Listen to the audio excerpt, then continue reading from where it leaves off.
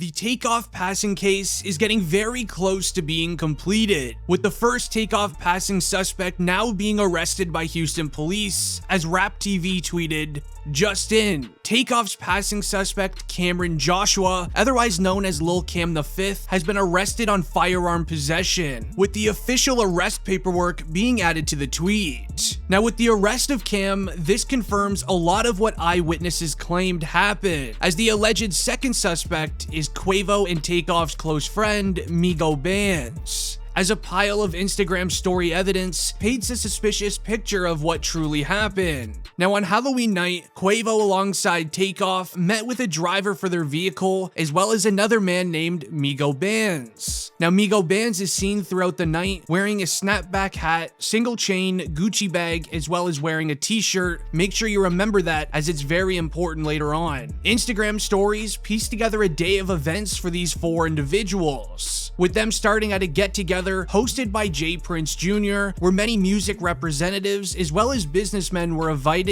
to this event.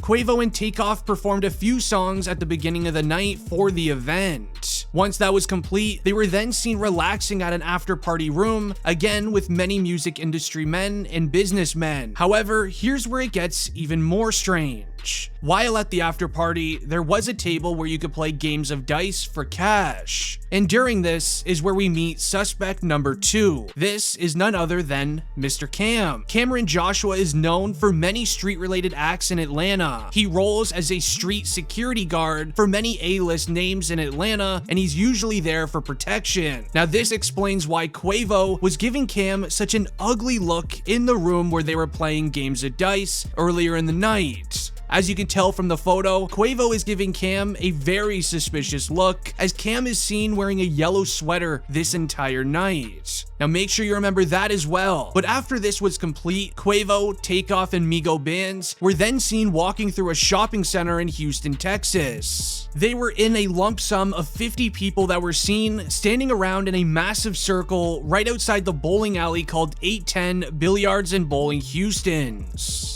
There was up to 50 people standing around this location. There was 4 to 6 people taking turns playing each other in games of dice in exchange for cash, almost as if the games were not done at the after party room. Now, reports state that Migos rapper Quavo was one of the men playing dice, but that is false, as Quavo was only playing dice at the after party. He was not playing at this specific moment. As Quavo was standing and watching people play dice, Takeoff was just a few feet behind him. With Quavo standing and watching, a man then approaches Quavo. This mystery man immediately starts calling out Quavo and mocking him for the way that he played during a celebrity basketball game just a few weeks ago. Quavo is then seen arguing back and forth with this individual, and Quavo's even filmed saying, and I quote, "Man, I don't care about no basketball game." And with tensions starting to rise, this is where Cam in the yellow sweater is then seen walking up to Quavo and actually standing beside him and the other man he's arguing with. With the yelling beginning to escalate, everyone in the area then begins pulling out their cell phones and recording, as watching Quavo have an argument is some top quality. With so many people recording in the area, Migobands is seen walking towards the group of 50 people that are standing around, and you can tell this is Migobands from the shirt, Gucci bag, single chain, and snapback that he was wearing earlier in the night. A camera angle then reveals that Migobands was caught pulling a firearm from out of his waistband and holding it to his side. With the firearm at his side, Migobands is seen walking through the group of people and making his way through to Quavo, that way he can find out what is going on. With Migobands standing there wondering what's going on, meanwhile Takeoff is around 3 to 4 feet away, watching and making sure he's ready in case he needs to back up Quavo. With Quavo having enough arguing with this individual, he begins turning his back and walking away. As new camera footage then revealed, the man he was arguing with then starts to swing at Quavo, with the individual swinging towards Quavo. This caused Takeoff to take a few steps forward to Quavo for backup, and while this is happening, Cam is then seen on video footage pulling a firearm out from out of his yellow sweater. With Cam pulling a firearm from out of his sweater, this is where Migobands then pulls the firearm from out of his waistband, and with firearms starting to be lifted and almost used, Takeoff is then standing right where Quavo was while he was arguing, and the firearms then begin being used. Allegedly, Cam is the one who used his firearm first, using it 4 to 5 times in that area. Meanwhile, Migobands used his then second, the same amount of times.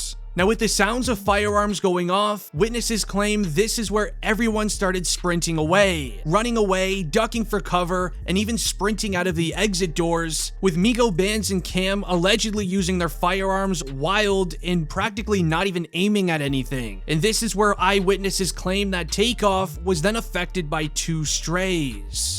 With everybody sprinting out of the mall, Takeoff is then seen sadly on the floor, with Quavo standing right by his side. Even with the sounds of firearms going off, Quavo saw Takeoff was affected and stood his ground right beside him the whole time. Quavo was trying anything possible to get him help, yelling for help, and even asking people to stop recording. Eyewitnesses say that Takeoff was affected by 2 strays as he was getting ready to defend Quavo. Now here's what DJ Academic stated about this incident. Quavo says, you know what? I'm gonna walk off. He's like, yo, let's go. But I'm gonna also be honest, he says something that I think could have incited the whole thing. Not that necessarily is his fault. He says, man, let me get on it. Let me get up on out of here before I hurt somebody. And when you think about all these situations, like Quavo says that, I think that sets in motion, granted, the argument sets everything in motion, but him walking away and saying that, I think someone acted on behalf of whoever he was arguing with. The guy with the either seen someone else brandish, he pulled out his, Quavo's already out the mix, so he's back there, the melee's here, Takeoff is still in the middle. Now, before sharing the exclusive witness's statement, you first need to hear Quavo's speech at Takeoff's funeral. You always with me, and we did everything together. Since we was kids, you been by my side, looking up at me with them eyes. Same eyes you got as my sister. Waiting on me to make the next move, then you followed up right behind me. You always made sure I did it first so you can do it right with me. You never competed with me. We was always on the same team because you hated playing against me because I always played too hard or too rough. And I can hear mama saying, not too rough, son. Remember our first dream was to be tag team partners in the WWE. We fell in love with WWE wrestling. We had every... Now, during Quavo's message where the video cuts off, Quavo stated, Takeoff is super quiet though, quietest in the room, but paid attention to everything going on in the room. He's always been like that. Nothing ever really bothered him, and he didn't really bother anyone. Now remember that part of the message as it now relates to what a witness's statement said after the incident.